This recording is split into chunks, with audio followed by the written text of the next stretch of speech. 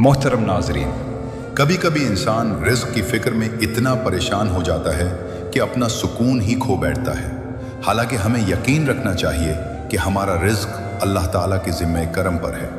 अल्लाह ताला ने हमें दुनिया में भेजा है तो हमारी ज़रूरियात का इंतज़ाम भी फरमाया है। रिज़्क़ सिर्फ माल और दौलत का नाम नहीं, बल्कि सेहत भी रिज़्क़ है, सुकून भी रिज़्क़ है, नेक औलाद भी रिज़्क़ है, अच्छे रिश्ते भी रिज़्क़ हैं और अल्लाह ताला की हर नेमत रिज़्क़ है।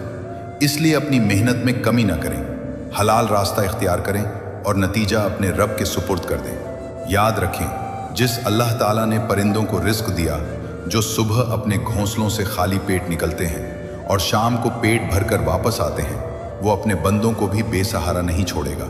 बस हलाल कमाएं, शुक्र अदा करें, दुआ करें और अल्लाह ताला पर कामिल यकीन रखें। रिज़्क़ की फ़िक्र में अपने रब को न भूलें, क्योंकि अल्लाह ताला के ख़जाने कभी ख़त्म नहीं होते। अल्लाह ताला हम सबको हलाल, पाकीज़ा और बाबरकत रिज़्क़ अता फरमाए। आमीन या रब्बुल आलमीन।